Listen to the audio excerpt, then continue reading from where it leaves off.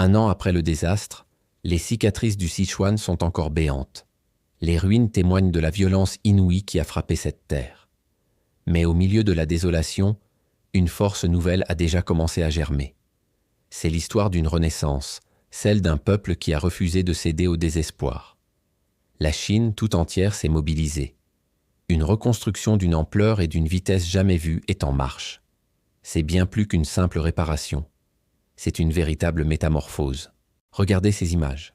Là où il n'y avait que des décombres, des milliers de bâtiments neufs sortent de terre.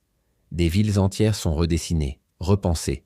Les routes, les ponts, les écoles, les hôpitaux. Tout renaît de ses cendres, plus solides, plus modernes. Le gouvernement chinois a débloqué des moyens colossaux, des milliards d'euros investis pour non seulement reconstruire, mais pour construire mieux. Les leçons du passé ont été tirées. Les ingénieurs ont travaillé sans relâche pour développer de nouvelles normes antisismiques, parmi les plus strictes au monde. Chaque nouvelle brique posée est une promesse, celle d'un avenir plus sûr pour les générations futures. Le Sichuan, autrefois terre de larmes, devient un symbole d'espoir et de résilience. Cette province meurtrie se transforme en un laboratoire à ciel ouvert de l'ingénierie et de la volonté humaine. Les nouvelles écoles, plus sûres et mieux équipées, sont la priorité absolue, car c'est là que bat le cœur de l'avenir. Voir les enfants retourner en classe, retrouver leur sourire et leur rire, c'est la plus belle des victoires contre la tragédie. C'est la preuve que la vie, plus forte que tout, a repris ses droits. Mais cette reconstruction n'est pas seulement l'affaire de l'État ou des ingénieurs. Elle est avant tout l'œuvre du peuple chinois tout entier. De toutes les provinces, des volontaires ont afflué. Des jeunes, des retraités, des ouvriers, des médecins. Des millions de mains se sont tendues pour aider, pour déblayer, pour bâtir. Cet élan de solidarité nationale a été extraordinaire. Dans les villages, on voit des voisins s'entraider pour reconstruire leurs maisons. Des familles qui ont tout perdu sont accueillies par d'autres. C'est l'image d'une nation unie, soudée face à l'adversité. Une immense chaîne humaine qui a transcendé les distances et les différences. Au cœur de cette renaissance, il y a la mémoire. Ne jamais oublier. Dans chaque ville, dans chaque village, des mémoriaux ont été érigés. Ce ne sont pas des lieux de tristesse, mais des lieux de recueillement et de force. Sur les stèles, on peut lire des mots gravés qui résonnent profondément. Le tremblement de terre a brisé nos maisons, mais il n'a jamais brisé nos cœurs. Ces phrases simples résument tout l'esprit du Sichuan. Chaque année, le 12 mai, la nation s'arrête. Les sirènes retentissent et des minutes de silence poignantes sont observées. C'est un hommage solennel aux victimes, mais aussi une célébration de la vie qui a triomphé. Les cérémonies sont empreintes d'une grande dignité. Les familles déposent des fleurs, allument des bougies. C'est un moment où le chagrin personnel se fond dans une mémoire collective. On se souvient de ceux qui sont partis, mais on honore aussi le courage de ceux qui sont restés, de ceux qui se sont battus pour survivre et pour reconstruire. Ces rituels sont essentiels. Ils permettent de transmettre l'histoire, de rappeler le sacrifice et de renforcer les liens qui unissent la communauté. C'est une façon de dire au monde et à soi-même « Nous nous souvenons, et c'est parce que nous nous souvenons que nous sommes plus forts ».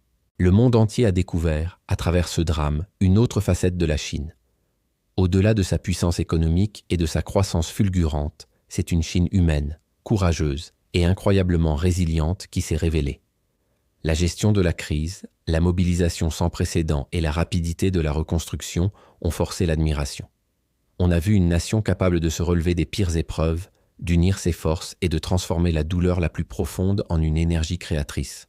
Ce n'était plus seulement l'histoire d'une catastrophe naturelle, c'était devenu l'histoire de la force de l'esprit humain. L'unité a été le maître mot. Le drapeau chinois, omniprésent sur les chantiers, dans les camps de réfugiés et lors des cérémonies, n'était pas un simple symbole national.